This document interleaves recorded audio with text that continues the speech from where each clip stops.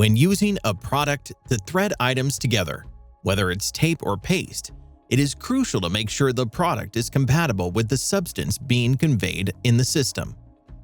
PTFE is a commonly used material for most applications, but specialized sealants are available for natural gas, fuel, DEF, short for diesel exhaust fluid, as well as for potable water or food applications.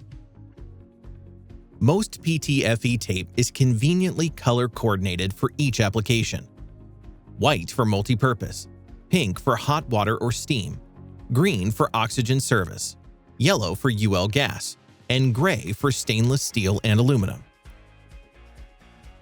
When applying thread tape, wrap the threads in a clockwise direction to ensure it stays in place when threading fittings together. Typically, 2 to 4 wraps of the tape are sufficient, but it depends on the thickness of the tape and the size of the fitting. Always start one thread back to prevent contamination inside the fitting. Tighten your fittings hand tight, then 1.5 to 3 turns with a wrench, depending on the thread size to fully seat the fitting. Paste sealant is applied to the male threads directly from a tube or with a brush. Apply sealant to the full circumference, but to avoid waste and reduce buildup, only apply approximately halfway up the threads.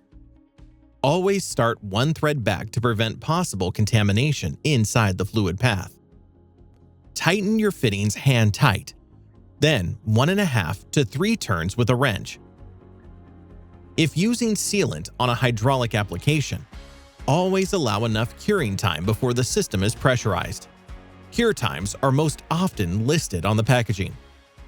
Remember, as a rule of thumb, tighten your fittings hand tight, then 1.5 to 3 turns with a wrench, depending on the thread size to fully seat the fitting.